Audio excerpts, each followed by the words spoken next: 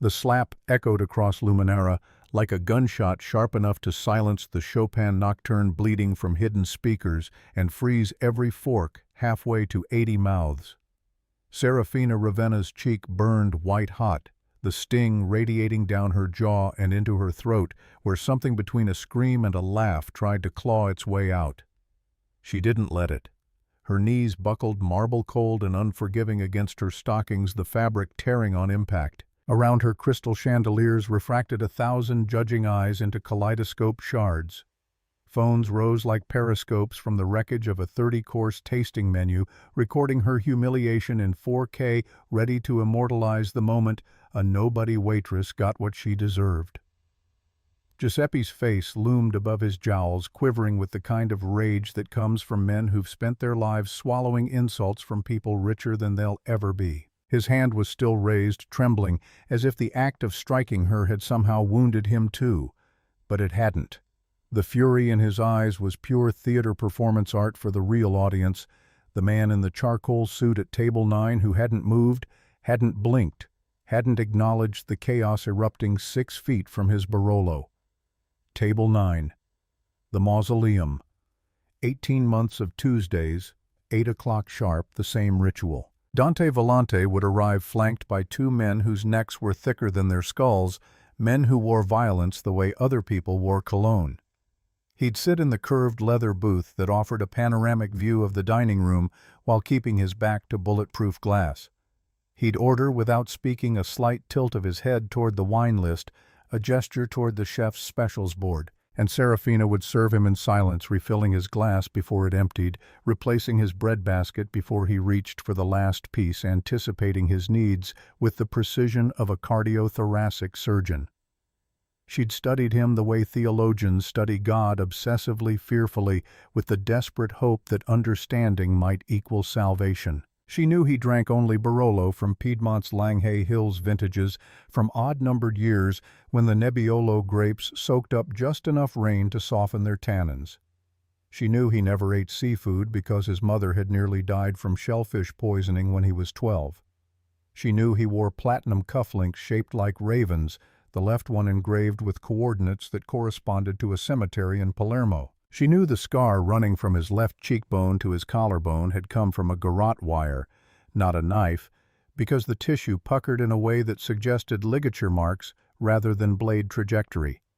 She knew these things because her life depended on knowing them, because Cassian had 9 weeks left, maybe less, and the waiting list for bone marrow donors stretched into years she didn't have, because their grandmother's apartment had been sold to pay for the first round of treatments that hadn't worked, because the clinical trial in Boston had rejected Cassian's application due to an administrative error no one would fix, because Serafina had exhausted every legal avenue, every charity, every crowdfunding platform, and still came up $68,000 short of the transplant that might save her brother's life.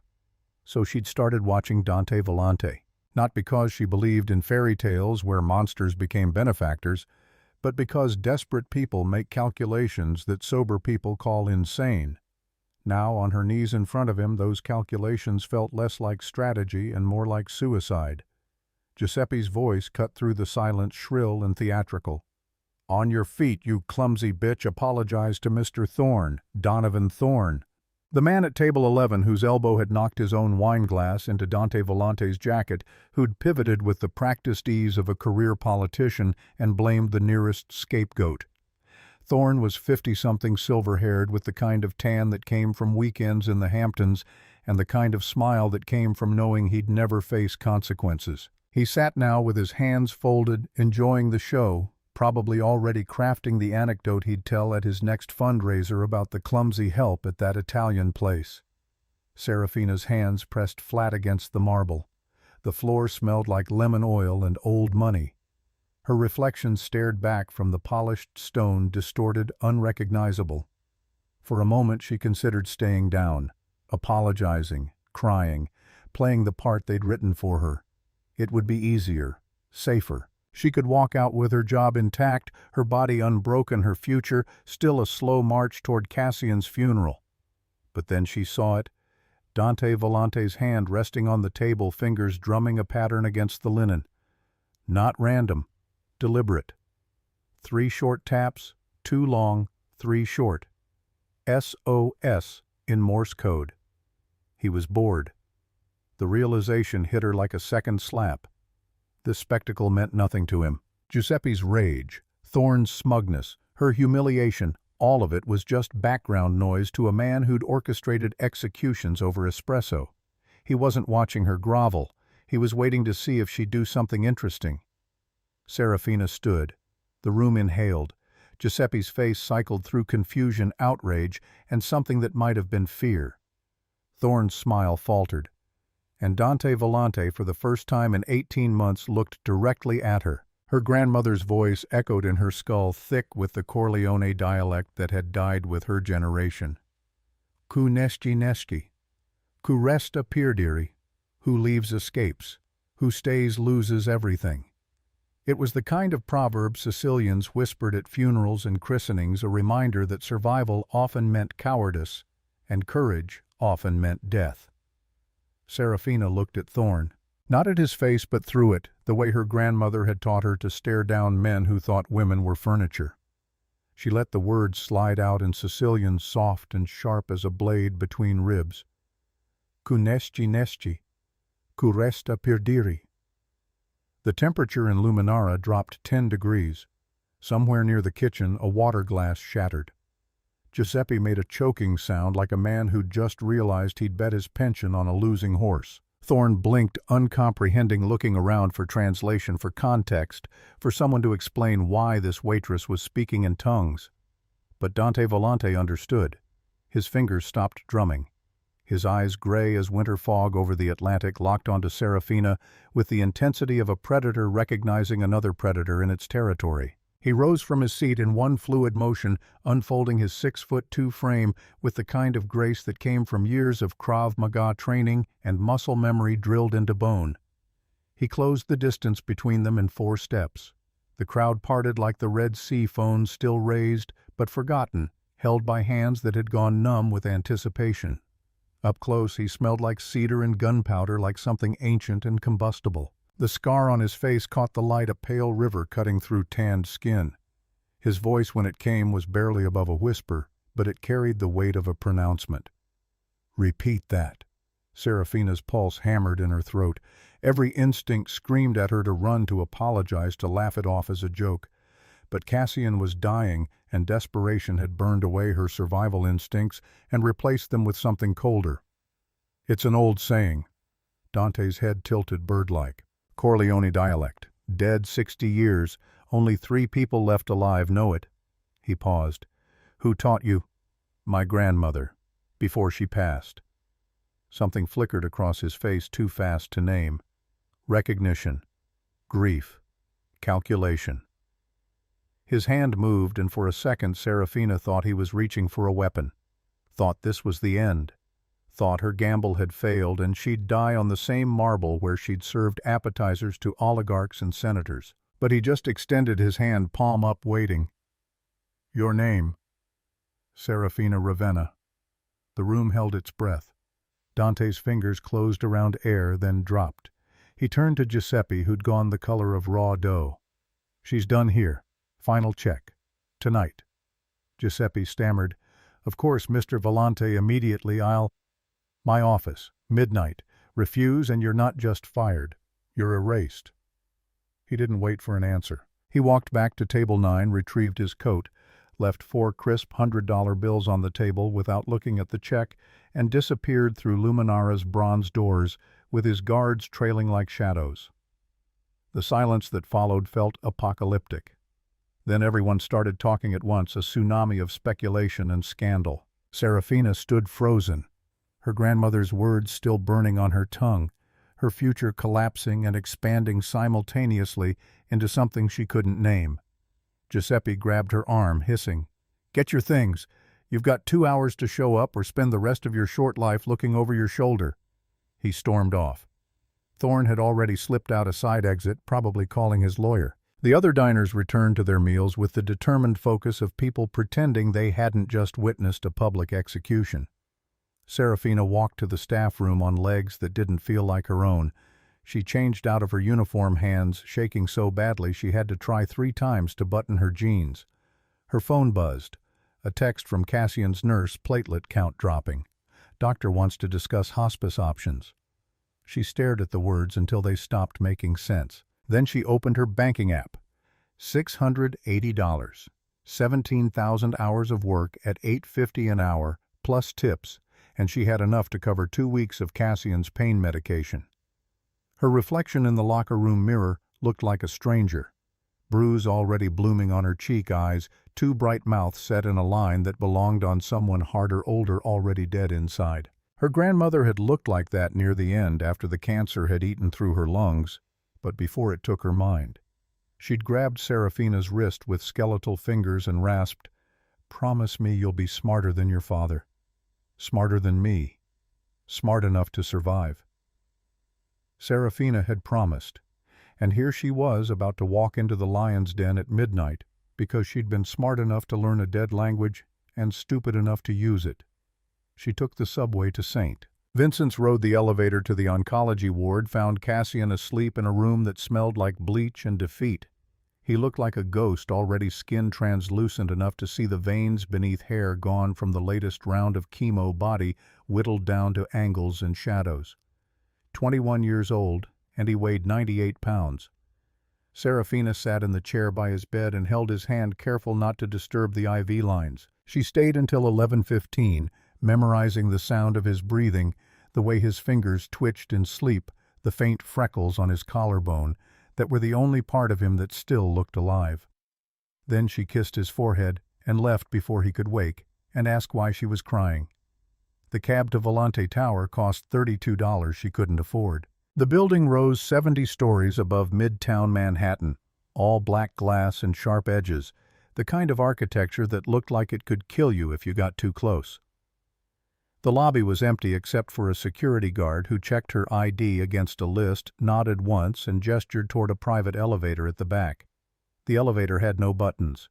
It rose silently, swiftly, her ears popping as it climbed past floors reserved for hedge funds and law firms and private equity vultures. It stopped at the 40th floor. The doors opened onto a penthouse that looked like a museum, and a fortress had a baby. Floor-to-ceiling windows overlooked the city, a carpet of light stretching to the horizons.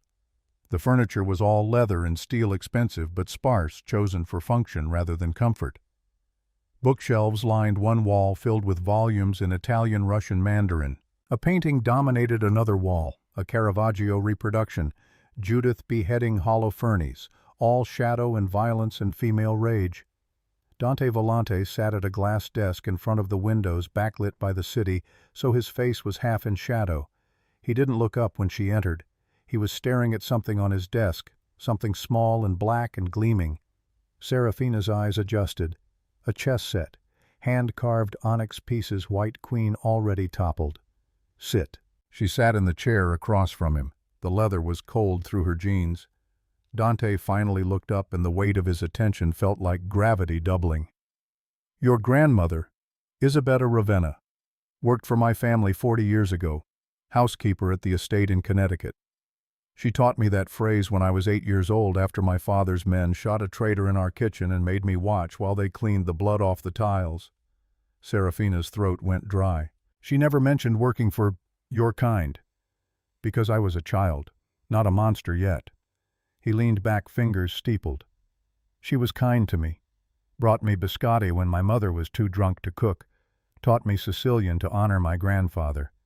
Let me hide in the linen closet when my father had business associates over and I didn't want to learn how to shake hands with men who smelled like fear." He paused, reading her face. "Why are you here?" "Serafina, after 18 months watching me." Her breath caught. He knew. Of course he knew. Probably knew the first week let her play her game because it amused him, or because he was curious, or because he was a cat and she was a mouse and the game was never in doubt. "My brother Cassian needs $58,000 for a bone marrow transplant. He has 9 weeks, maybe less." Dante's expression didn't change. "And you thought stalking me would inspire charity. I thought knowing you would give me an advantage if I ever got desperate enough to ask." "You're not asking. You're demanding. In my restaurant, in Sicilian, in front of witnesses."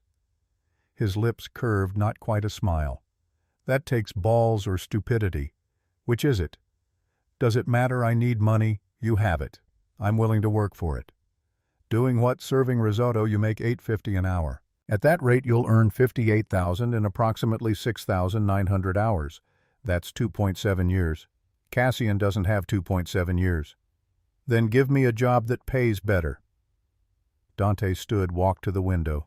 The city lights turned him into a silhouette, broad-shouldered, and still a man-shaped void against the glittering backdrop. 18 months. You counted my wine refills, memorized my schedule, learned my tells. That kind of dedication to surveillance suggests either law enforcement training or sociopathy. I was a paramedic, 2 years.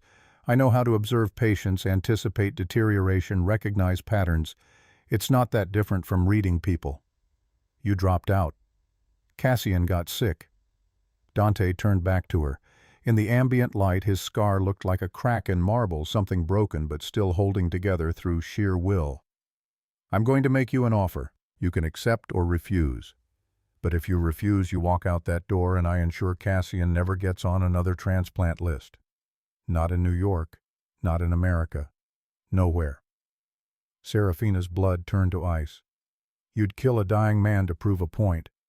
I'd remove a complication to protect my investment." "What investment?" Dante moved back to the desk, reset the fallen queen. "You. If you're as smart as I think you are, if you're as desperate as you seem, if you can do what I need without breaking." He gestured to the chair. She sat. "Beat me in chess. 1 game. Win, and I give you $100,000 cash tonight, enough to cover Cassian's transplant and 6 months of recovery. Lose, and you work in my estate for 5 years. No salary, no freedom. You live where I tell you, do what I tell you, and you don't leave until your contract expires or you die, whichever comes first." Serafina's mind raced. 5 years of slavery versus Cassian's life. The math was simple. The morality was irrelevant. "And if I refuse, then we both know you were bluffing in the restaurant. You're not desperate, you're not smart. You're just another waitress who learned a few words in Sicilian and thought that made you special." He leaned forward. "But I don't think you're going to refuse, because 18 months of observation taught you something about me, and it taught me something about you. We're both willing to do terrible things for the people we love. The difference is, I've already done them. You're still deciding." He was right. The realization settled into her bones like cold water. She'd spent 1.5 years learning to anticipate his needs, not out of professional courtesy, but out of calculated desperation. She'd gambled everything on a single moment of recognition, banking on the hope that a monster might remember the woman who'd shown kindness to the boy he used to be. And now the monster was offering her a deal. Serafina reached for the white queen, set it back on the board. "I accept." Dante's smile was sharp enough to draw blood. He moved his first piece. King's pawn to a 4. Italian game opening. Aggressive classical, designed to control the center and force the opponent into reactionary play. Serafina mirrored him. Her pawn to e5. Equal pressure. No submission. They played in silence for the first 8 moves, both of them developing pieces with the efficiency of players who'd studied theory until it became instinct. Dante's style was exactly what she'd expected: calculated, patient, willing to sacrifice material for positional advantage. He wasn't trying to overwhelm her with aggression. He was building a cage move by move, waiting for her to step into the trap. But Serafina had spent 18 months watching him play 73 different opponents at Table 9. Lawyers, politicians, rival family members, all of them thinking they were testing him, none of them realizing they were being tested. She'd memorized his patterns, his tendencies, the way he castled queenside when he felt confident and kingside when he was uncertain. She'd seen him sacrifice bishops to open files, knights to create forks, even queens when the endgame promised enough passed pawns to compensate. On move 12 he offered his bishop, a clear trap. If she took it, his rook would control the open file and his queen would have a clear diagonal to her king. She didn't take it. Dante's eyes flicked up from the board. "Smart. Free pieces carry hidden costs. Your grandmother teach you that too." "YouTube." He laughed. actually laughed a sound like gravel shifting rusty from disuse. "You're a terrible liar, Serafina. You're a terrible winner, Dante." His hand froze halfway to his knight. No one called him by his first name. Not his guards, not his associates, probably not even his mother. It was a calculated risk, a tiny assertion of equality in a game where she held no power. He completed the move without comment. They played on. By move 16, the position had simplified. Most of the minor pieces were gone traded in a flurry of tactical skirmishes that left the board looking like a battlefield after the armies had retreated. What remained was elegant and brutal queen's rooks and a handful of pawns, each one representing a potential path to victory or ruin. Serafina stared at the board. Her heart was a drum, her mouth dry, her hands steady only through force of will.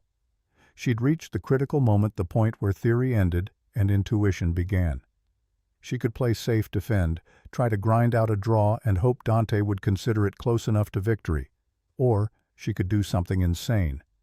She picked up her queen. Dante's eyes narrowed.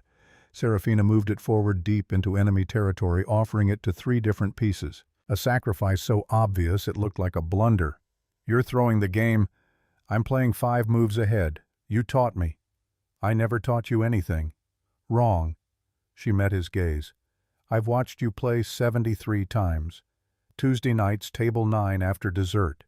You always castle queenside when you're stressed. You sacrifice major pieces when you're confident. And you never ever resign. Even when you're losing, you play until checkmate because you'd rather die on the board than surrender." Dante's jaw clenched. For 3 seconds, maybe 4, he didn't move, didn't breathe, just stared at her like she'd reached into his chest and pulled out something he'd forgotten was still beating. Then he took the queen. Had to. Any other move would leave his position untenable. Serafina smiled. She moved her rook, then her knight. Then her second rook, the pieces cascading into position like dominoes, falling, each one cutting off an escape route, tightening the noose around Dante's king. Move 23. Checkmate.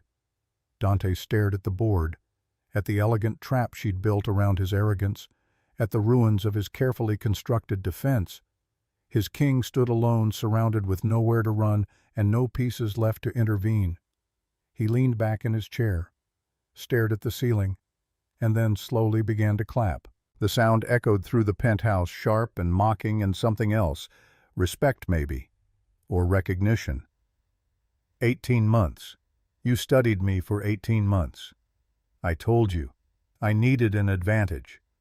And you thought beating me in chess would give you one. I thought beating you would prove I'm not just desperate. I'm capable. Dante stood, walked to a wall safe hidden behind the Caravaggio. He entered a code, pulled out a black envelope, and tossed it onto the desk. It landed with a heavy thud. 100,000. Unmarked bills. Enough to save Cassian, and then some. Serafina reached for it. Her fingers brushed the paper, thick and expensive and real. "But I have a problem." Her hand froze. Dante circled the desk, leaned against it, arms crossed. "Cassian's bone marrow match. You know who it is." The registry said the donor wanted to remain anonymous. "The donor is Donovan Thorne, the man who got you slapped tonight." The room tilted. Serafina gripped the edge of the desk to keep from falling. "Thorne doesn't know he's a match, and even if he did, he'd never donate. Not to some waitress's dying brother, not without leverage." "What kind of leverage?" "The kind that starts wars." Dante's expression hardened.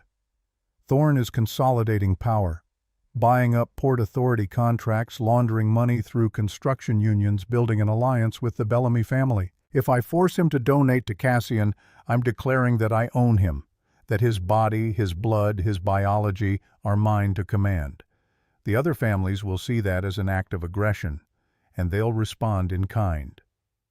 Serafina's mind spun. "So what are you saying?" "I'm saying you live at my estate for 90 days, under my protection. In exchange, I'll get Cassian his transplant, I'll handle Thorne, I'll manage the politics, and you'll be safe behind walls thick enough to stop a tank and guards trained enough to stop everything else." "Why would you do that?" Dante's eyes were unreadable. Because anyone who studies an enemy for 18 months is either an assassin or an asset. I need to know which. And if I say no, then take the money, save your brother, and spend the rest of your life wondering when Thorne's people will find you. Because they will. He saw you tonight. Saw you embarrass him. Saw you speak in a language his simple mind can't comprehend. Saw Dante Volante take an interest in you. You think he'll just forget that you're a loose end, Serafina, and men like Thorne don't leave loose ends untied. He was right. The truth of it settled into her stomach like lead. She'd played her hand, won the pot, and in doing so painted a target on her back so bright it could be seen from orbit. 90 days. 3 months. You stay at Thornhill Estate. You don't leave without my permission. You don't contact anyone without my approval. You live by my rules under my roof, and in return, Cassian gets his transplant, and you both get to survive. Serafina looked at the envelope, at the money that could save her brother, at the man offering her a deal that felt less like salvation and more like damnation with better benefits. She picked up the Black Queen from the chessboard, turned it over in her fingers. Her grandmother's voice whispered in her skull the same proverb she'd spoken in Luminera, the same warning she'd ignored. Ku neski neski, ku resta pierdiri. Serafina set the queen down. I accept. Thornhill Estate materialized through morning fog like something out of a Gothic novel, all stone turrets and iron gates and security cameras hidden in ornamental hedges. The SUV rolled up a gravel drive that crunched beneath reinforced tires past gardens maintained with military precision and fountains that cost more than most people's houses. Serafina pressed her forehead against the tinted window, watching guards patrol the perimeter with German shepherds trained to smell cordite and fear. 80 acres of Connecticut woodland surrounded the main compound, a buffer zone between Dante's world and the one she'd left behind. The vehicle stopped at the circular entrance. A woman waited on the steps, 70 years old, if she was a day dressed in black silk that whispered money older than the Constitution. Her hair was silver, pinned in a style that belonged to another era, and her eyes were the same winter gray as Dante's. She didn't smile, didn't frown, just watched Serafina emerge from the SUV with the clinical detachment of a pathologist examining a corpse. Dante stepped out behind her, jacket unbuttoned, moving with the unhurried confidence of a man on his own territory. He gestured toward the woman without looking at her. My mother, Lucretia Volante. Lucretia descended the steps slowly, each footfall deliberate. She stopped 3 feet away, close enough to inventory every detail of Serafina's face, far enough to maintain the aristocratic distance that money bought and breeding refined. You're sleeping in Elena's room. The statement landed like a stone in still water ripples, spreading outward into implications Serafina couldn't parse. Dante's expression didn't change, but something in his stillness suggested this wasn't a decision he'd signed off on. Mother. The East Wing suite, the one with the balcony overlooking the rose garden, the one we haven't touched in 6 years. Lucretia's gaze never left Serafina. Who are you that my son allows this? Serafina's throat tightened. The question carried weight beyond its words, implications beyond its grammar. She thought about lying, spinning some story about being Dante's employee or consultant or whatever fiction rich people told themselves to justify human trafficking. But Lucretia's eyes held the same intensity as Dante's, the same ability to see through performance and pretense. Lies wouldn't stick. Only truth had enough weight to matter. Someone who needs his protection and earned his interest. Lucretia's head tilted bird-like. By doing what? Beating him at chess. Silence. Then Lucretia laughed, a sound like wind chimes made of razor blades. She turned to Dante, switching to Italian so rapid and fluent, Serafina caught maybe 1 word in 5. Dante responded in the same language, his voice low and measured, and whatever he said made Lucretia's expression shift from amusement to something harder to name. She turned back to Serafina, reverted to English. You'll cook for me. Tonight. Caponata. If it tastes like Elena's, you stay. If it doesn't, you leave in a body bag. The threat hung in the autumn air, casual as a weather forecast. Dante didn't intervene, didn't soften it, didn't offer any reassurance that his mother was joking. because she wasn't. Serafina met Lucretia's gaze. What recipe? If you have to ask, you've already failed. Lucretia swept back into the house, the door closing behind her with the finality of a crypt ceiling. Serafina stood on the gravel drive, her single suitcase at her feet, wondering if she'd traded one death sentence for another. Dante picked up her bag. She's testing you. I gathered that. Elena was her daughter-in-law, dead 6 years from poison that Lucretia watched her consume at a family dinner. She couldn't stop it because she didn't know until Elena started convulsing between the antipasti and the secondi. His voice was flat, factual, the tone of someone reciting an autopsy report, but his knuckles were white on the suitcase handle. If your caponata tastes like Elena's, Lucretia will think you're channeling her ghost or honoring her memory. Either interpretation buys you safety. He started toward the house. If it doesn't, she'll think you're just another civilian who wandered into our world without the skills to survive it. Serafina followed him through doors that could have stopped a battering ram into a foyer where the marble floor reflected a chandelier worth more than Cashin's entire medical bill. The house smelled like furniture polish and old secrets, the kind of place where walls absorbed conversations and held them like hostages. They climbed a staircase wide enough to drive a car up past portraits of dead volantes who stared with the same calculating eyes their descendants had inherited. Dante led her down a hallway lined with doors that probably opened onto rooms Serafina would never see, stopping at the last one on the left. He opened it without ceremony. The suite beyond looked frozen in time.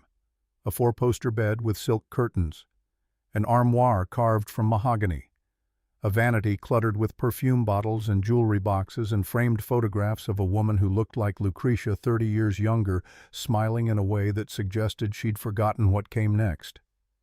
Elena. Dante set the suitcase down. She was 26 when we married, 28 when she died. Lucretia hasn't let anyone touch this room since. Kept it exactly as Elena left it, down to the book on the nightstand and the robe on the chair. Serafina walked to the window.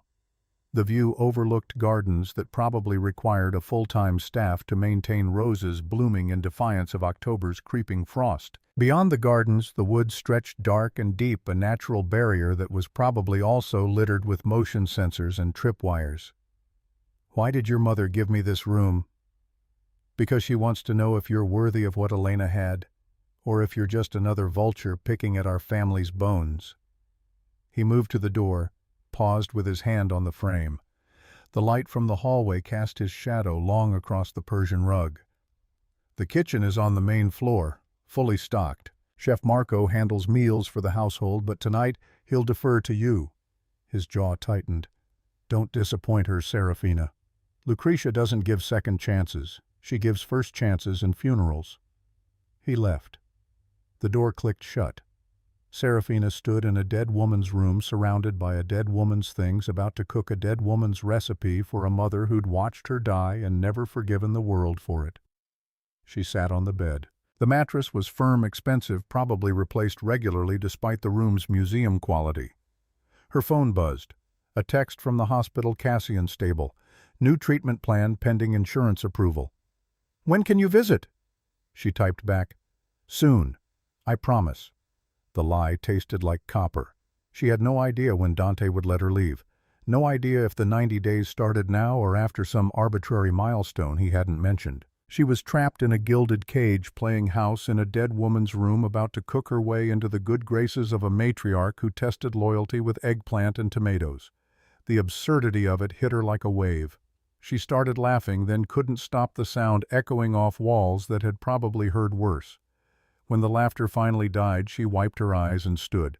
Crying wouldn't save Cassian, neither would self-pity, but caponata might. The kitchen was a cathedral to culinary ambition, all stainless steel and Italian marble, with enough counter space to perform surgery and enough knives to commit murder.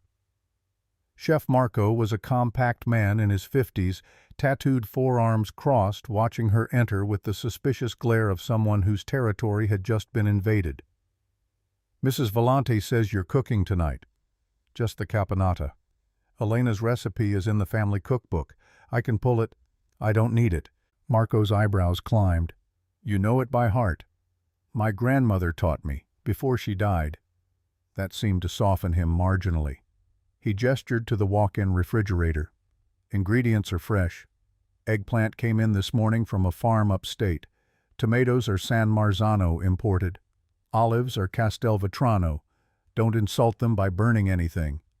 Serafina rolled up her sleeves. Cooking was muscle memory, something her hands knew better than her brain. She'd learned in her grandmother's cramped Bronx kitchen, standing on a step stool to reach the stove, watching gnarled fingers dice vegetables with the precision of a surgeon. Her grandmother had learned from her mother, who'd learned from hers, a chain of women passing down survival skills disguised as Sunday dinners.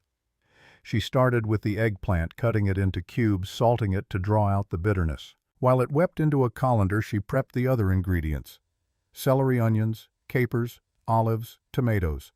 The rhythm was meditative, the knife moving almost independently, her mind drifting to Cassian's hospital room, to Dante's scar, to Lucretia's eyes that saw too much and forgave too little.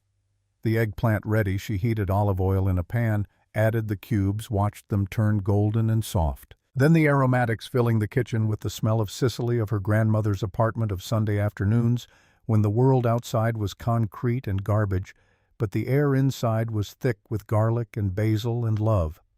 She added the tomatoes, the capers, the olives. A splash of red wine vinegar for acidity, a spoonful of sugar for balance. The dish needed to be sweet and sour, simultaneously needed to taste like contradiction refined into harmony. Marco watched from across the kitchen, arms still crossed, expression unreadable.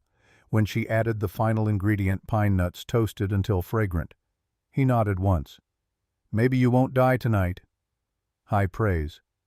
Around here, survival is the best compliment you'll get. She plated the caponata, garnished it with fresh basil, carried it to the dining room where Lucretia waited at a table that could seat 20 but currently seated 1. Candles flickered in silver holders. A glass of red wine sat at Lucretia's right hand untouched. Serafina set the plate down, stepped back, waited. Lucretia picked up her fork, took a small bite, chewed slowly, deliberately, her expression giving away nothing. She swallowed, set the fork down, reached for her wine. Then she started crying, not sobbing, not making noise, just tears sliding down her face, silent and unstoppable, pooling in the creases around her mouth. She covered her face with one hand, the other still gripping the wine glass, like it was the only thing keeping her tethered to earth. Serafina froze. Part of her wanted to apologize, to flee, to do anything but stand there watching this woman collapse under the weight of memory. But she'd learned from her grandmother that some grief demanded witnesses, that some pain needed to be seen to be survived. Lucretia lowered her hand. Her eyes were red, but her voice was steady. "Isabetta taught you?" It wasn't a question. Serafina nodded anyway. She taught Elena too, before Elena married Dante, before she became part of this family. Lucretia took another bite, tears still falling. This is her recipe, exactly, down to the pine nuts toasted in butter instead of oil. My grandmother said it made them sweeter. Elena said the same thing. Lucretia's smile was broken glass. "You can stay." She stood, left the dining room without another word, leaving half the caponata uneaten and her wine untouched. Serafina stood alone in the candlelight, unsure if she'd just passed a test or triggered a haunting. The next 2 weeks blurred into a strange routine.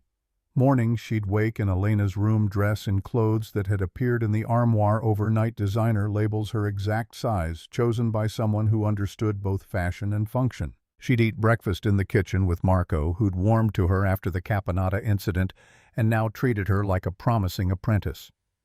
Afternoon she'd walk the estate grounds, always accompanied by a guard whose name she didn't know and who never spoke.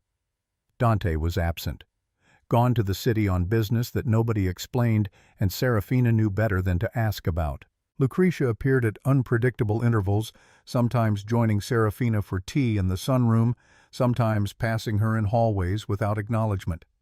The older woman's moods were weather systems Serafina learned to navigate by instinct. On the 15th day, Dante returned. Serafina was on the balcony reading a thriller she'd found in the library when she heard the SUVs pull up.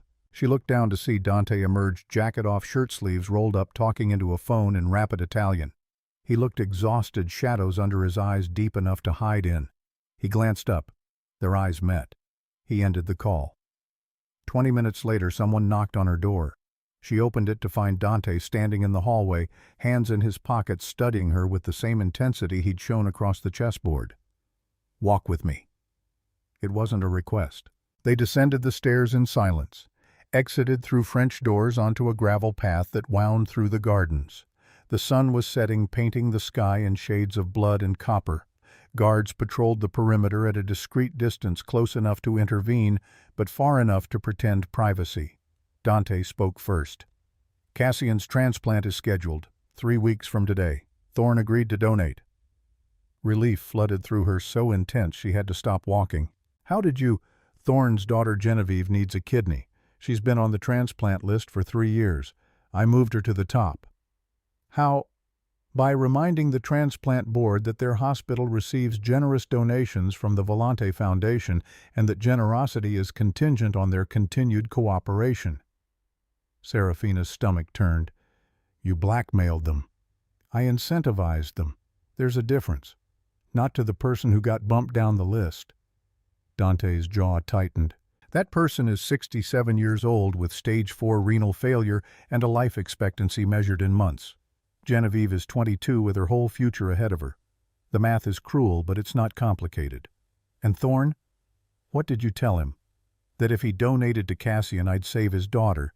If he refused, I'd make sure Genevieve never saw the inside of an operating room." Dante resumed walking. "He made the right choice." They reached a stone bench overlooking a pond where koi circled beneath lily pads. Dante sat. After a moment, Serafina joined him, leaving 2 feet of space between them that felt like 2 miles. "You think I'm a monster?" She considered lying, decided against it. "I think you're someone who does monstrous things for reasons that make sense to you." "And that absolves me." "No, but it makes you human." Dante laughed, bitter and sharp. "Human. Right. That's what Elena used to say. That underneath the violence and the threats and the carefully constructed terror, I was just a man trying to protect what I loved." He picked up a stone, tossed it into the pond. "She was wrong. Or maybe she was right. And I killed that part of myself when I killed the men who poisoned her." Serafina turned to look at him. "You know who did it?" "Not yet. But I'm close." His hands clenched. 6 years of hunting. 6 years of eliminating suspects, turning over rocks, buying information from people who'd sell their mothers for the right price. And every lead ends in a dead body or a dead end. What if you never find them? Then I've wasted 6 years and learned nothing except that revenge is expensive and grief is permanent. They sat in silence. The koi continued their endless circling. Somewhere in the woods a bird called out, lonely and searching. Serafina's phone buzzed. She pulled it out, saw a text from an unknown number. Package delivered. Coordinates attached. She frowned. Dante glanced over. "Problem. I don't know, wrong number maybe." But something about the message felt wrong. The phrasing was too formal, too specific. She opened the coordinates. They corresponded to an address in Brooklyn, a warehouse district near the ports. Dante's expression darkened. He took her phone, studied the message, then dialed a number. "Marcus, I need eyes on Pier 17 Warehouse District, now." He listened, face going granite. "How many?" Another pause. "Don't engage. I'm on my way." He ended the call, handed back her phone. "We need to go. Now." "What's happening?" "Someone sent you those coordinates because they knew you'd show them to me. It's bait." "For what?" "For me to walk into an ambush." He stood, already moving toward the house. "Or for me to leave you here unprotected while I investigate." Serafina caught up. "So, which are you doing?" "Neither. You're coming with me." "That's insane." "No, what's insane is assuming you're safe here. Whoever sent that message knows you're at Thornhill, knows you have access to me, knows exactly which buttons to push." He stopped, grabbed her shoulders. "The only place you're safe is where I can see you. So you're coming." 15 minutes later, they were in an armored SUV racing down the interstate toward Brooklyn. Two more vehicles flanked them, filled with guards whose guns were no longer concealed. Dante sat beside her phone, pressed to his ear, issuing orders in Italian and English and occasionally Russian. Serafina's heart hammered against her ribs. She'd wanted to escape Thornhill's gilded cage, but not like this. Not racing toward danger she didn't understand, driven by a man whose idea of protection involved bringing her directly into the line of fire. The warehouse district appeared through the windshield like something out of a dystopian film. Abandoned buildings, rusted cranes, shipping containers stacked like metal building blocks. The SUVs stopped 2 blocks away from the coordinates. Dante's team deployed, fanning out with the efficiency of soldiers clearing hostile territory. Dante turned to her. "You stay in the vehicle. Doors locked, windows up. If shooting starts, you get down and you stay down until I come back.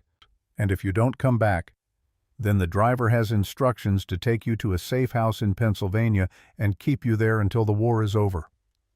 Before she could respond, he was gone, moving toward the warehouse with 4 guards in tactical formation.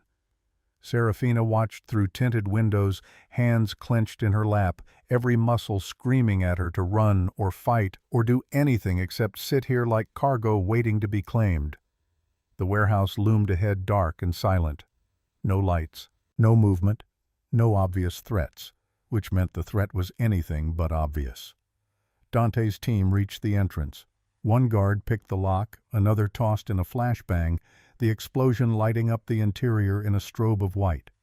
They breached, weapons raised, and Serafina lost sight of them as they disappeared into shadow. 30 seconds passed. 45. A minute. Then the shooting started.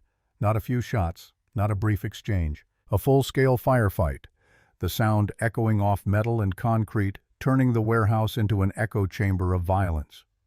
Serafina's driver reached for his weapon, eyes on the rearview mirror body tense. "Stay down, ma'am." She didn't. She couldn't, because through the warehouse's broken windows she could see muzzle flashes, could hear shouting, could feel the wrongness of this entire situation crawling up her spine like spiders. The driver's window exploded. He slumped forward, blood spraying across the dashboard. Serafina screamed, scrambled backward, hit the opposite door. It opened. Someone grabbed her, yanked her out onto pavement that smelled like motor oil and rain. A man. 40-something, scar across his throat, eyes dead as a shark's. He pressed a gun to her temple. "Walk." She walked. Away from the SUV, away from the warehouse, toward a black sedan idling with its lights off. Her mind spun, trying to process, trying to survive. This was the trap. Not the warehouse, not the coordinates. Her. She was the bait that had worked. They reached the sedan. The man shoved her toward the back door. Before he could open it, something whistled through the air. A knife buried itself in his shoulder. He screamed, dropped the gun. Serafina dove for it, fingers closing around metal, just as someone else appeared out of the shadows. Lucretia. Dressed in black tactical gear that would have looked absurd on anyone else but on her, looked like a uniform she'd worn for decades. She had a gun in each hand, moving with the fluid precision of someone who'd killed before and would kill again without hesitation. She shot the man with the scarred throat. Center mass. He dropped. "Get in the car, Serafina." It wasn't a suggestion. Serafina climbed into the sedan's driver's seat, keys already in the ignition. Lucretia slid into the passenger side, guns still raised, scanning the darkness. "Drive." Serafina drove. Away from the warehouse, away from the gunfire, away from Dante and his team, and the trap that had sprung on all of them simultaneously. Her hands shook on the wheel, but her foot was steady on the gas. "Where are we going?" "Somewhere they won't look. Somewhere even Dante doesn't know about." "Why are you helping me?" Lucretia reloaded one of her guns without looking away from the window. "Because whoever orchestrated this knew exactly how to draw Dante out and isolate you. That kind of intelligence requires inside information." She turned to Serafina, eyes cold. "Someone in our organization is selling us out. Until we know who, you're not safe at Thornhill. You're not safe anywhere Dante's people can find you. You think it's one of the guards. I think it's someone close enough to know our schedules, our patterns, our vulnerabilities." Lucretia's expression was stone. "Someone who's been watching us the same way you watched Dante. Patiently. Methodically. waiting for the perfect moment to strike. They drove for 20 minutes, winding through Brooklyn's industrial wasteland before emerging into a neighborhood of brownstones and corner delis. Lucretia directed her to a building that looked abandoned, its windows dark, its stoop littered with old newspapers. Inside the building was anything but abandoned. Motion sensors tracked their movement. Cameras watched from corners.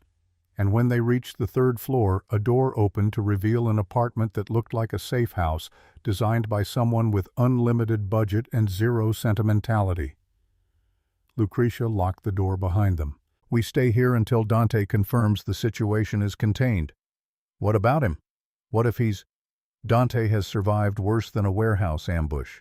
He'll be fine." Lucretia moved to the window, peering through blackout curtains.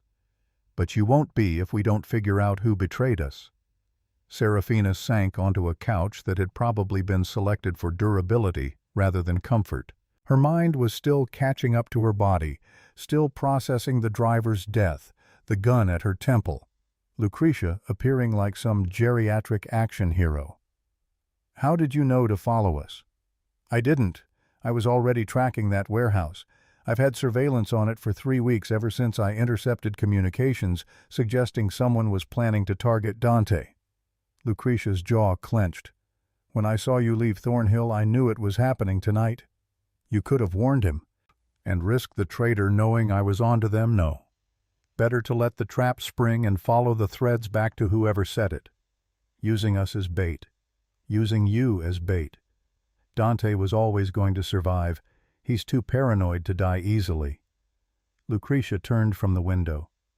"But you're the variable, the piece that doesn't fit. The waitress who speaks Sicilian and plays chess and somehow convinced my son to bring you into our home." "I didn't convince him. He needed leverage against Thorn." "No, he needed an excuse to keep you close." Lucretia's smile was sharp. "I've known my son for 38 years. I've seen him use people, discard them, treat them like ammunition to be expended, but I've never seen him give anyone Elena's room, not his closest advisors, not his most trusted soldiers. Only you." Serafina's throat tightened. "I don't understand." "Neither does he. But you remind him of something he lost when Elena died. Not her, but the possibility that he could be more than what this life demands." Lucretia's expression softened fractionally. "That's why you're dangerous. Not to us, to him. Because hope is more destructive than any bullet when it's placed in the wrong hands." Before Serafina could respond, Lucretia's phone rang. She answered, listened, her face going pale. "When—" A pause. "How many—" Another pause. "Understood." She ended the call, met Serafina's eyes. Dante's team cleared the warehouse. They found 12 bodies, all Thorn's men. Lucretia's hands trembled just slightly. But they also found something else, a laptop, with surveillance footage of Thornhill's interior, every room, every hallway, time-stamped from the last 6 weeks. Someone's been watching us. Someone who had access to install cameras without triggering our security systems. Someone who knew the guard rotations, the blind spots, the maintenance schedules. Lucretia's voice dropped to barely above a whisper. "Someone inside the house." Serafina's stomach plummeted. "Who?" "I don't know. But Dante's reviewing the footage now, and when he finds them—" She stopped, collected herself. "We need to get back, before whoever did this realizes they've failed and tries again." They left the safe house, drove back toward Connecticut in silence, heavy enough to suffocate. Serafina's mind raced through possibilities, suspects, motives. Someone at Thornhill wanted Dante dead, or wanted her dead, or wanted them both eliminated and was using one to get to the other. The estate appeared through pre-dawn mist, its lights blazing like a fortress under siege. SUVs crowded the drive, guards patrolled in doubled pairs, and standing on the front steps covered in blood that wasn't his own was Dante. He descended as soon as their car stopped, yanked open Serafina's door before she could exit on her own. His hands framed her face, tilting it toward the light, checking for injuries with the frantic precision of someone who'd expected to find a corpse. "You're hurt." "I'm fine. Your mother—" Saved your life, I know. Marcus called. He pulled her into an embrace that felt less like affection and more like confirmation she was real, solid, still breathing. I thought I'd lost you. Serafina's hands came up to his chest, feeling his heart hammering beneath blood-stained cotton. I'm harder to kill than I look. That's what worries me. He released her, stepped back. We have a problem. Lucretia told me, the surveillance footage. It's worse than that. Dante's expression was granite. The cameras weren't just watching, they were transmitting. Live feed to an external server. Whoever planted them has been watching us in real time for 6 weeks.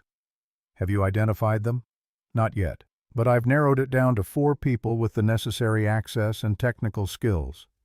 His jaw clenched. One of them is Octavian Bellamy, my consigliere. The name hit like a punch. Serafina had only met Octavian twice, both times in passing. He was 62, distinguished, spoke 5 languages, and had served Dante's family for 20 years. If he was the traitor, then no one was trustworthy. What are you going to do? What I always do. Dante's eyes were cold. I'm going to find proof, and then I'm going to make sure they understand exactly what betraying me costs. He walked past her into the house. Lucretia followed, leaving Serafina standing in the driveway as dawn broke over Thornhill, painting everything in shades of gold and red. She looked up at Elena's window at the room where she'd slept for 2 weeks and wondered if the cameras had watched her there too. Watched her dream. Watched her cry, watched her call the hospital every night to check on Cassian. The thought made her skin crawl. But beneath the violation, beneath the fear, something else stirred. Anger. Cold and sharp and focused. Because whoever had done this hadn't just threatened Dante. They'd threatened her. Used her as bait. Tried to kill her in a warehouse parking lot while Dante fought shadows. She'd come to Thornhill to save Cassian, but somewhere in the last 2 weeks, surrounded by a dead woman's things and a family's secrets, she'd started to build something else. Not safety, not comfort, but the dangerous calculus of belonging, and now someone was trying to take that away. Serafina walked into the house, climbed the stairs to Elena's room, and began searching. If there were cameras, she'd find them. If there was evidence, she'd uncover it. Because she'd spent 18 months learning to observe, to notice, to see patterns in chaos. And right now, chaos was about to learn what happened when the waitress stopped serving and started hunting. Serafina found the first camera at 3 in the morning, hidden inside the smoke detector above Elena's bed. The lens was smaller than a grain of rice, transmitting to a relay box concealed in the ventilation shaft. She'd located it using a thermal scanner borrowed from Thornhill's security office, watching for the telltale heat signature of active electronics. The discovery sent ice through her veins. Someone had watched her sleep, watched her cry into pillows that smelled like lavender and grief, watched her stand naked by the window, wondering if Cassian would survive long enough to see her again. She photographed the camera with her phone, left it in place. Disturbing it might alert whoever was monitoring the feed. Better to let them think they were still invisible. The second camera was in the bathroom, camouflaged inside the vanity mirror's ornate frame. The third hid in a bookshelf, disguised as a decorative binding on a volume of Dante's Inferno.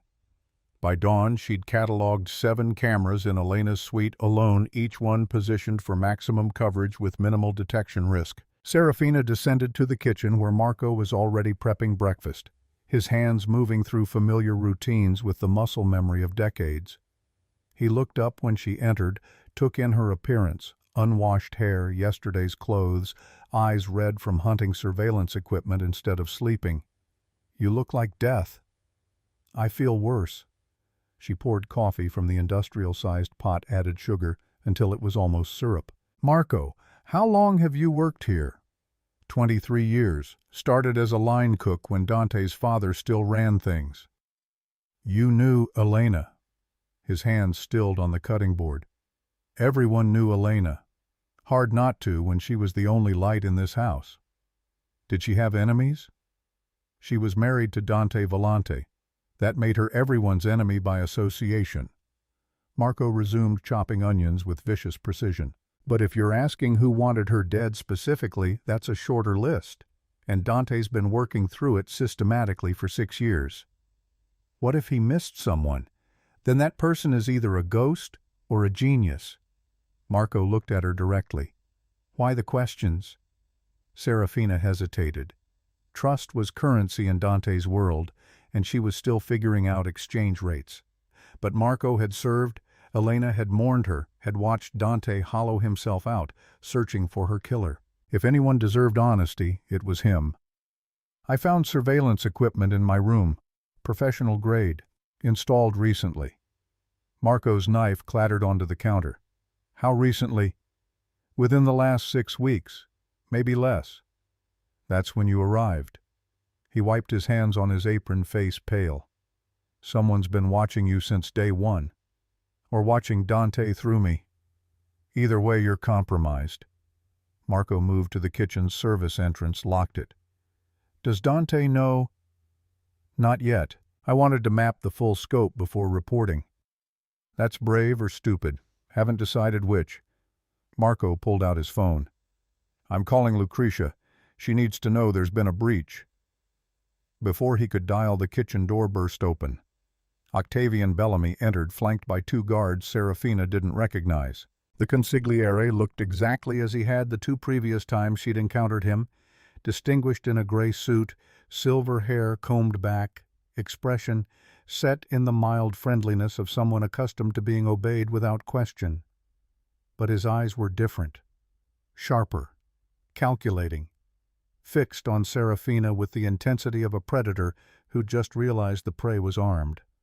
Miss Ravenna, we need to talk. Marco stepped between them. She's under Dante's protection. You don't get to summon her. I'm not summoning. I'm requesting. Octavian's smile didn't reach his eyes. It's regarding Cassian's transplant. There's been a complication with the donor matching. Serafina's heart seized. What kind of complication? The kind best discussed privately. My office. 5 minutes. Octavian turned without waiting for confirmation, his guards falling into formation behind him. Marco grabbed Serafina's wrist. Don't go. It's a trap. He mentioned Cassian. I don't have a choice. You always have a choice, and this one gets you killed. But Serafina was already moving, following Octavian through hallways that suddenly felt like a maze designed to disorient and capture. They climbed stairs to the 3rd floor, passed through a heavy oak door into an office that smelled like leather and old cigars. Floor-to-ceiling windows overlooked the estate's western woods where morning fog clung to tree branches like funeral shrouds. Octavian settled behind his desk. The guards positioned themselves at the door, blocking the only exit. Close it. One guard obeyed. The lock clicked with the finality of a casket sealing. Octavian opened a laptop, rotated it so Serafina could see the screen. Security footage played in grainy black and white. Her standing in Elena's room at 3 a.m., removing the smoke detector, photographing its contents. The timestamp read 40 minutes ago. You found the cameras. Serafina's throat constricted. You've been watching. For 6 weeks. Every moment you've spent at Thornhill. Every conversation. Every midnight call to check on your dying brother. Octavian closed the laptop. You're quite thorough for a waitress. Almost like you've had training in counter-surveillance. I was a paramedic.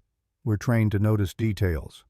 Paramedics don't dismantle surveillance equipment with thermal scanners. They don't photograph evidence and preserve crime scenes. He leaned forward. Who are you working for, Serafina? No one. I'm trying to survive. By investigating the very cameras that prove someone inside this household is selling us out. Octavian's laugh was dry as old bones. You're either the most dedicated civilian I've ever met, or you're playing a role so well you've convinced even yourself. One of the guards shifted position, hand moving toward his weapon. Serafina's pulse hammered. She'd walked into exactly what Marco had warned against, let fear for Cassian override survival instinct. Rookie mistake. Potentially fatal. Dante will notice if I disappear. Dante is currently interrogating the other 3 suspects. He won't think to look for you until dinner, and by then you'll have told me everything I need to know about who sent you here and what they're after. I beat him at chess. That's it. That's the whole story. No one beats Dante at chess unless he lets them, which means he saw value in losing to you. Octavian circled the desk. What I can't figure out is why. You're not beautiful enough to cloud his judgment, not connected enough to offer political leverage, not skilled enough to serve as an asset in any meaningful capacity. He stopped behind her chair close enough that she could smell his cologne, something expensive and cloying that made her stomach turn. So what are you? Serafina Ravenna. What's the angle? Before she could answer, her phone buzzed. A text from an unknown number visible on the screen she'd left face up on her lap. Cassian's surgery moved up. Tonight. 7 p.m. St. Vincent's. Be there or lose him. Octavian saw it. His expression shifted from curiosity to something colder. Interesting timing. Almost like someone's creating urgency to force you into making a mistake. Or the hospital actually moved the surgery. Call them. Verify. It was a test. Serafina knew it even as she dialed St. Vincent's oncology ward, even as the nurse on duty confirmed that, yes, Cassian's surgery had been rescheduled due to donor availability. Yes, they'd tried calling earlier but couldn't reach her. Yes, she needed to be there by 6 for pre-op consultations. She ended the call. Octavian watched her reading micro-expressions the way other people read newspapers. Convenient. The night we're hunting for a traitor, your brother's surgery gets expedited. That's not my doing. No, but it is someone's. He moved back to his desk, pulled out a handgun, checked the magazine. Which means whoever orchestrated the warehouse ambush knows Cassian is your pressure point. They're using him to manipulate you into leaving Thornhill tonight when you're most vulnerable. Serafina's mind raced. The text, the surgery, the timing, all of it designed to pull her away from protection into the open where she could be grabbed or killed or turned into leverage against Dante. But Cassian was dying. If the surgery was real, if the donor was ready, she couldn't afford to miss it. Let me go to the hospital, under guard, with your people watching. So they can watch you get kidnapped? No. Octavian holstered his weapon. You stay here, under house arrest. We'll send someone to verify Cassian's surgery is legitimate. And if it is, if he goes under anesthesia without me there, then he'll wake up without you there too, assuming he wakes up at all. Octavian's expression was stone. Your brother's survival is tragic but irrelevant to Thornhill's security. You are a liability, Miss Ravenna. Until we confirm otherwise, you're confined to your quarters. The guards moved forward. Serafina stood back toward the window. Her grandmother's voice echoed in her skull. The same proverb she'd spoken to Thorn, the same warning she'd ignored, Chu nesci nesci. Chu resta perdere. Who leaves escapes. Who stays loses everything. She'd stayed. At Luminara. At Thornhill. In Elena's room surrounded by ghosts and surveillance equipment. And now she was losing everything anyway. Dante won't allow this. Dante isn't here. Dante isn't. And when he returns, I'll explain that you attempted to flee during active investigation, proving you're either compromised or complicit. Octavian nodded to the guards. Take her to her room. Lock the door. No phone. No communication. She stays isolated until I clear her. The guards grabbed her arms. Serafina didn't fight. Fighting would accomplish nothing except getting her hurt or sedated. She let them escort her back through the maze of hallways back to Elena's suite, where 7 cameras watched her every breath. They locked the door from outside, heavy bolts sliding into place condemning her to beautiful imprisonment. Serafina stood in the center of the room surrounded by a dead woman's things, watched by a traitor's eyes. Her phone was gone, confiscated. The windows were reinforced glass that wouldn't shatter without serious tools. The door was solid oak backed by steel. She was trapped. But she'd been trapped before, in her grandmother's apartment after her father left and the rent came due. In nursing school when money ran out and dropping out felt like drowning.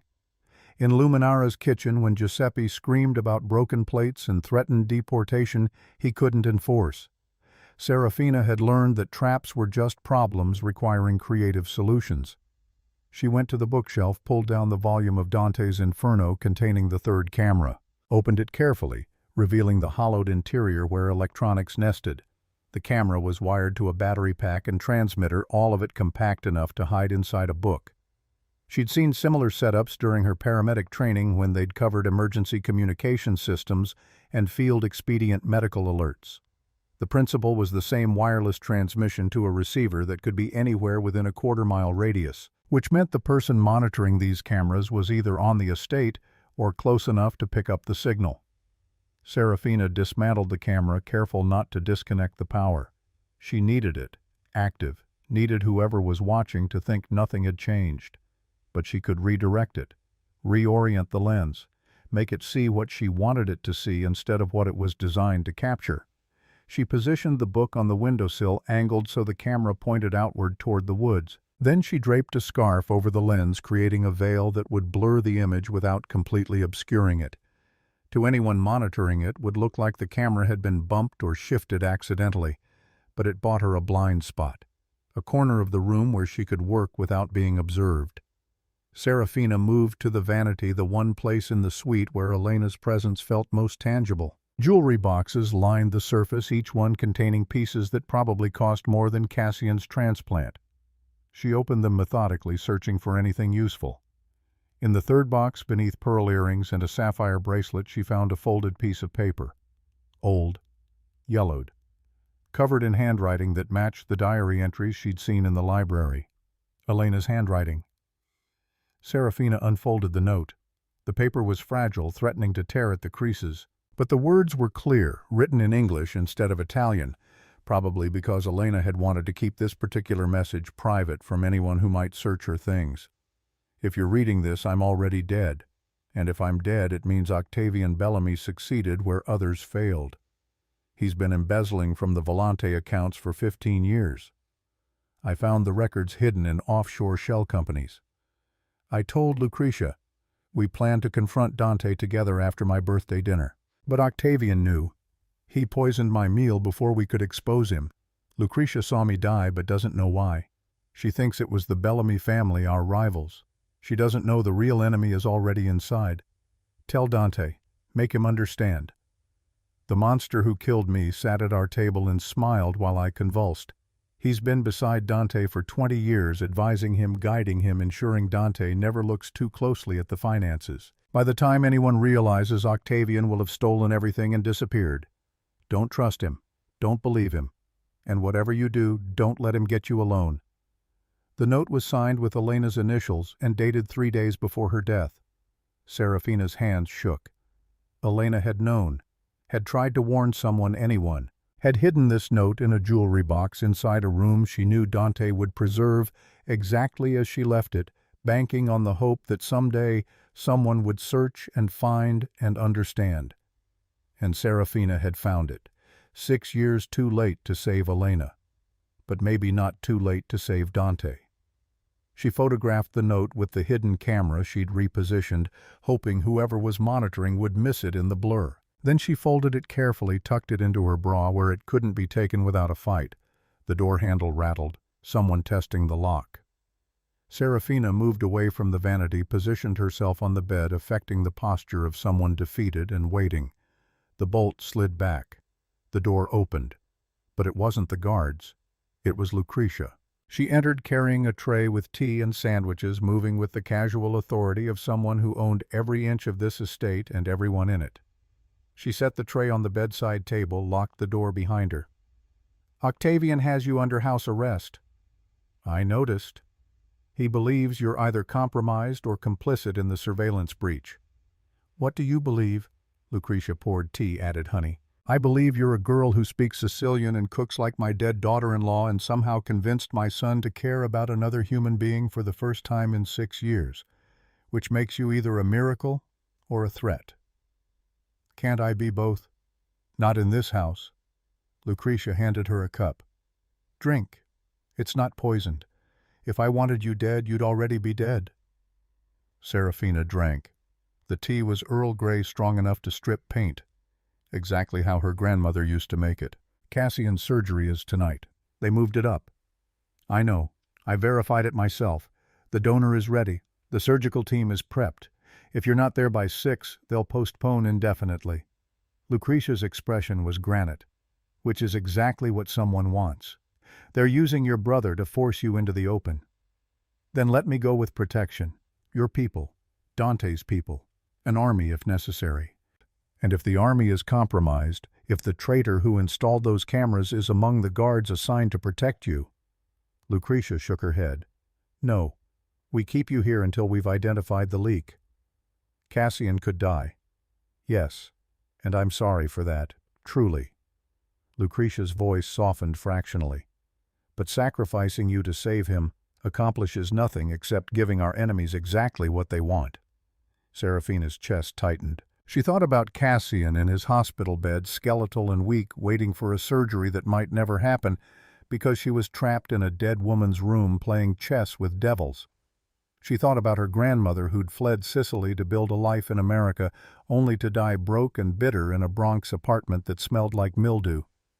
She thought about Elena poisoned at her own birthday dinner by a man she'd trusted dying without justice. She pulled the note from her bra, handed it to Lucretia.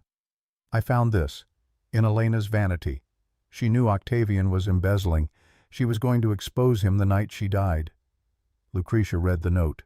Her face went white, then red, then ashen. She read it again, hands trembling, tears sliding down her cheeks without sound or ceremony. She told me she'd found something. Asked me to be at the dinner.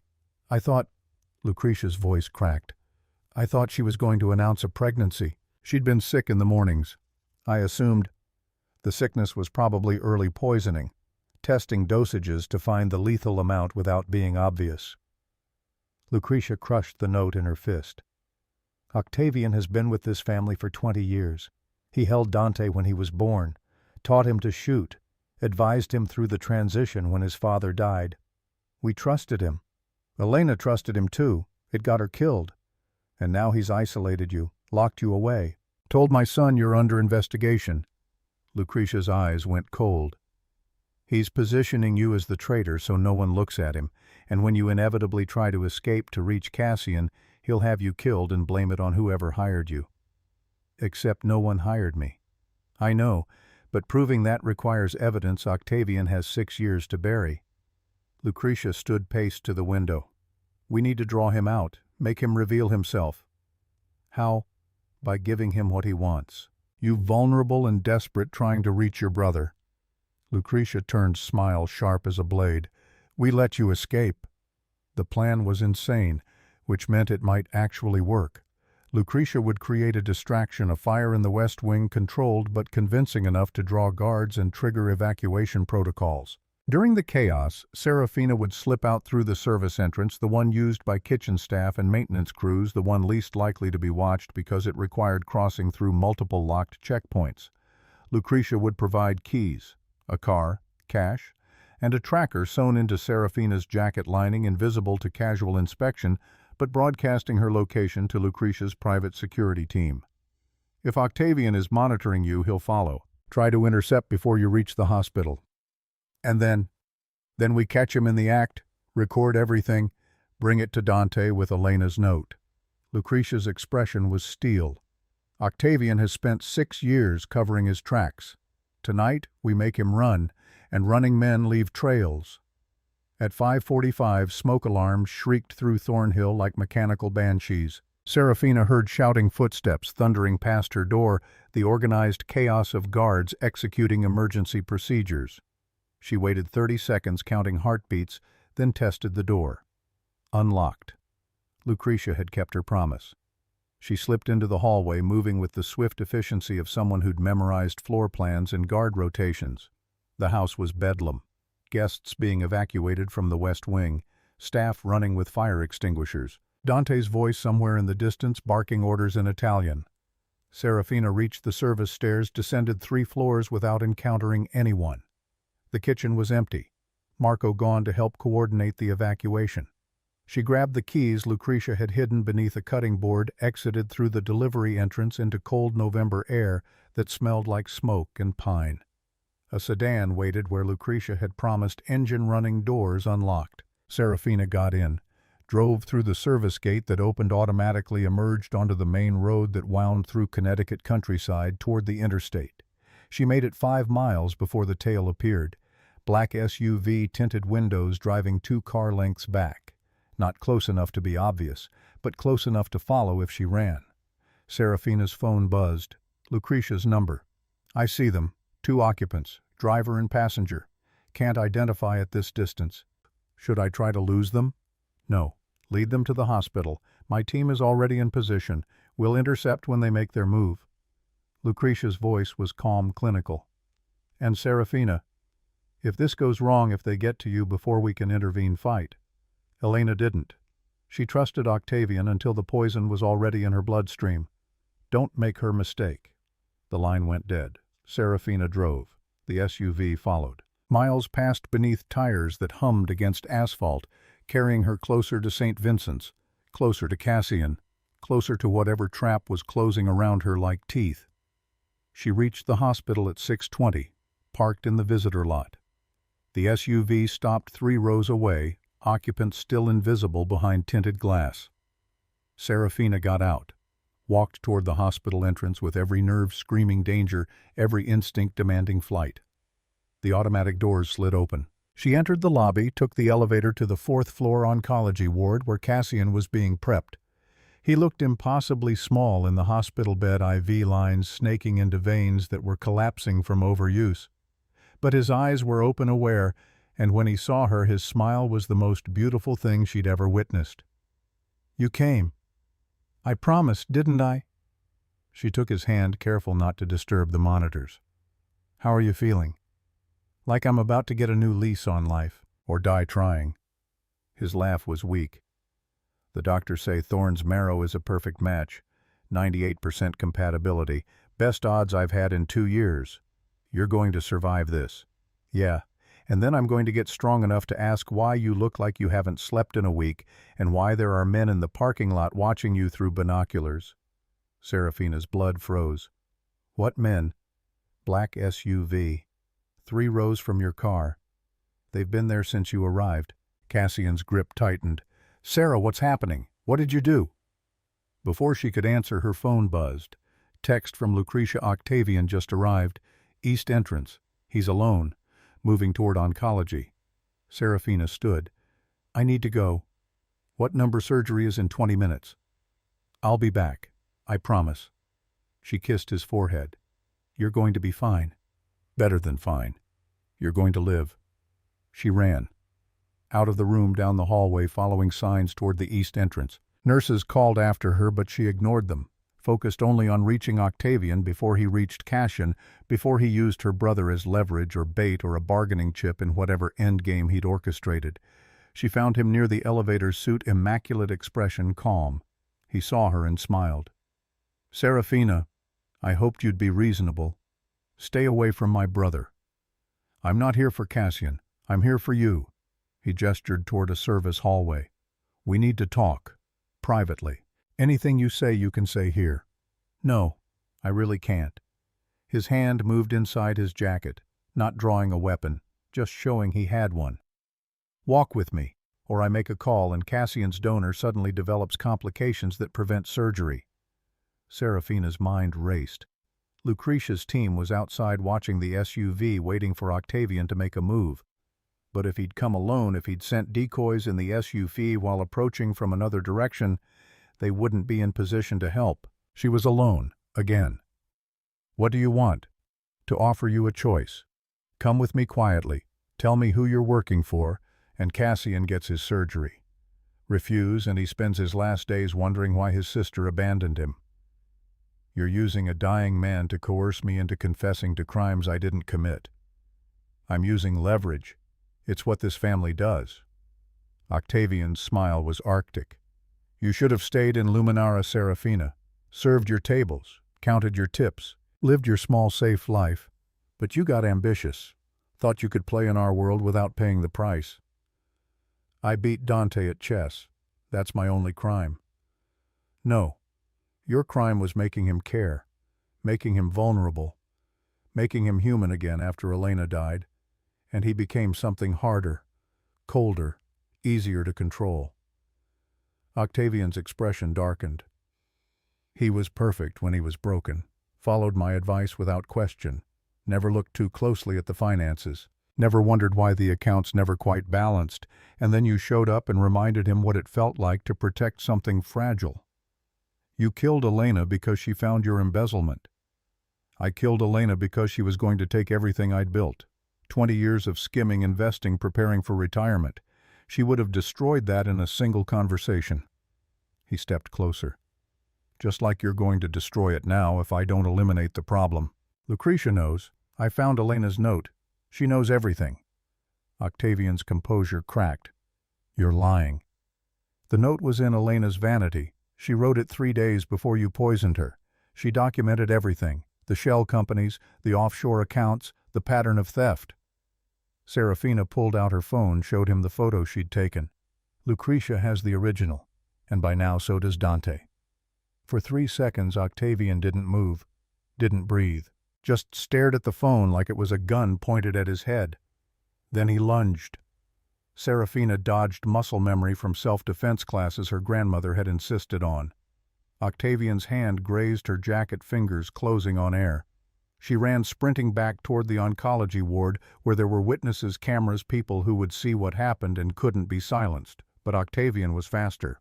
He caught her at the elevator bank, slammed her against the wall hard enough to crack her skull against concrete. Stars exploded across her vision. His hand closed around her throat. You should have taken the deal. Serafina's hand found his wrist nails digging into flesh. Her grandmother's voice echoed through the ringing in her ears. When trapped, go for the eyes. Men protect everything except what they use to see. She drove her thumb into Octavian's left eye socket. He screamed, staggered back. Serafina collapsed, gasping, vision swimming. She tried to stand, but her legs wouldn't cooperate. Octavian recovered, pulled his gun, aimed at her head. The elevator doors opened. Dante stepped out. He took in the scene instantly. Serafina on the floor. Octavian with a gun, the bruises already blooming on her throat. His expression didn't change, didn't need to. The air itself seemed to drop 10 degrees. Octavian, the consigliere turned gun swinging toward Dante. She's compromised, working for rival families. I was extracting her before she could... Elena left a note. Lucretia showed me 20 minutes ago. Dante's voice was cold enough to freeze nitrogen. You've been embezzling for 15 years. You poisoned my wife. And tonight you tried to kill the woman under my protection. Dante, listen. You sat at our table, smiled at Elena while she died, advised me to let it go, told me revenge would consume me, kept me looking everywhere except at you. Dante stepped closer. How much did you steal? 40 million. Maybe more. I stopped counting. Octavian's laugh was unhinged. You were so easy to manipulate, so desperate for guidance after your father died. I could have taken double and you'd never have noticed. You're right. I was blind. Dante's hand moved to his waistband. But I'm seeing clearly now. You can't kill me, not here. Too many witnesses. I don't have to. Dante pulled out his phone, dialed. Marcus. Octavian just confessed to Elena's murder, in front of cameras, in a hospital where NYPD has jurisdiction. He paused. No, don't engage. Let them arrest him. Let him spend the rest of his life in a cell where everyone knows he's a rat and a killer. Death is mercy. Prison is justice. Sirens wailed in the distance, growing closer. Octavian looked at Dante, at Serafina, at the phone recording everything. His face cycled through rage and fear and resignation. Then he turned the gun on himself. Dante moved, faster than thought, faster than reflex. He knocked the weapon away, sent it clattering across polished hospital floor. Octavian collapsed, sobbing, broken. You don't get the easy way out. You live. You testify. You give us every name, every account, every secret you've kept. Dante's voice was granite. And then you rot. Police flooded the hallway, guns drawn, shouting orders. Octavian was cuffed, dragged away, still crying. Dante helped Serafina to her feet, checking her throat with gentle fingers, eyes dark with fury barely contained. Did he hurt you? I'm fine. Cassian is in surgery. They took him 15 minutes ago. Donor marrow is clean, viable, perfect match. Dante's jaw clenched. Lucretia's with him. She won't leave until he's out of recovery. How did you know to come? Lucretia called. Said Octavian was moving on you. I broke every traffic law between Thornhill and here. He pulled her into an embrace that felt less like comfort and more like confirmation. She was real alive, still breathing. I thought I'd lost you. Again. I'm harder to kill than your consigliere expected. That's what worries me. He released her, stepped back. This is my world, Serafina. People like Octavian. Betrayals like tonight.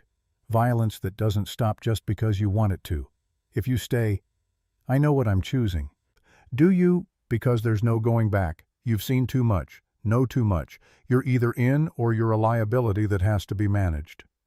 Serafina met his eyes. Then I'm in. All the way.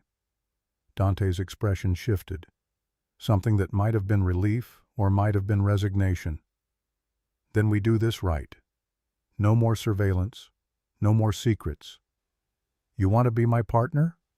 You earn it the same way I did, by proving you can survive what this life demands.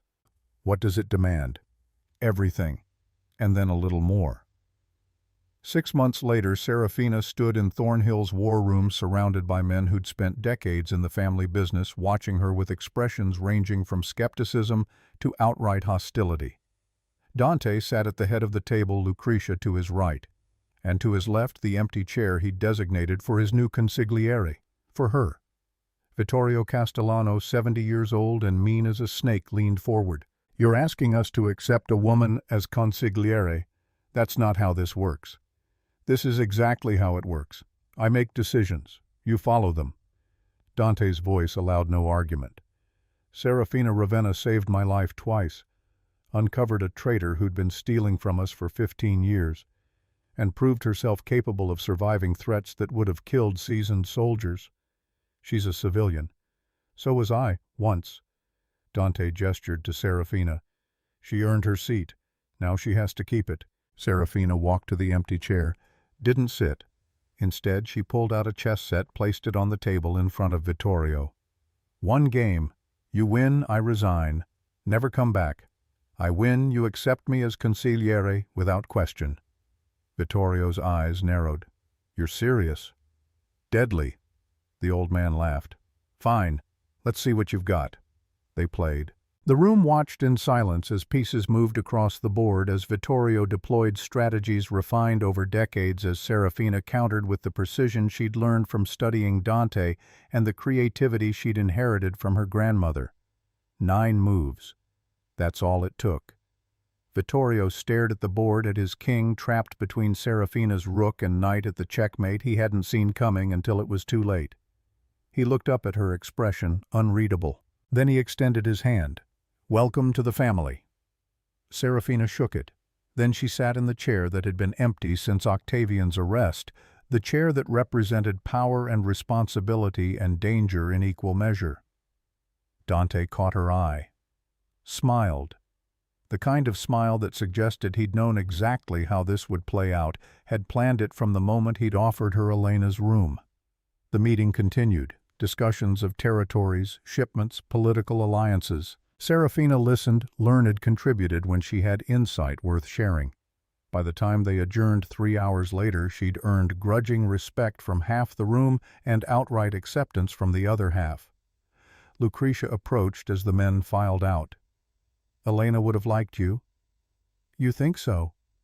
I know so. She always said this family needed someone who could see patterns everyone else missed, someone who played the long game.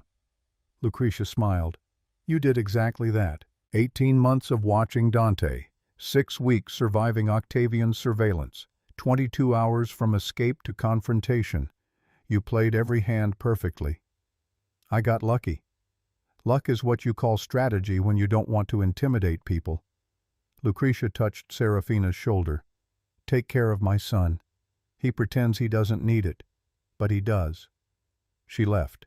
Dante waited by the door, watching Serafina with the same intensity he'd shown that first night at Luminara when she'd stood instead of kneeling. How does it feel? Terrifying, exhilarating, like standing on a cliff edge and choosing to jump. Serafina moved to the window, looked out at Thornhill's grounds where Cassian was currently recovering in the guest house, healthy for the first time in 3 years. I came here to save my brother. And now I'm saving myself, by choosing to be more than what I was. She turned to face him.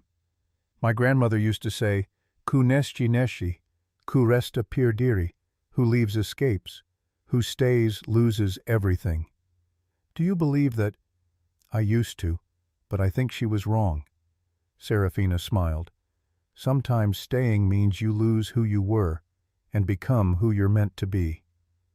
Dante crossed the distance between them, pulled her close. Welcome home, Serafina. She kissed him, not because she had to, not because strategy demanded it, but because some choices weren't about survival or advantage or playing the long game. Some choices were about recognizing the moment when your entire life pivoted, when the trap became freedom and the cage became a throne. And this was that moment. Outside, snow began to fall. Inside, the new Queen of Thornhill claimed her crown, one decision at a time, one day at a time, one breath at a time. The devil had met his match, and she'd checkmate him all over again if he forgot it.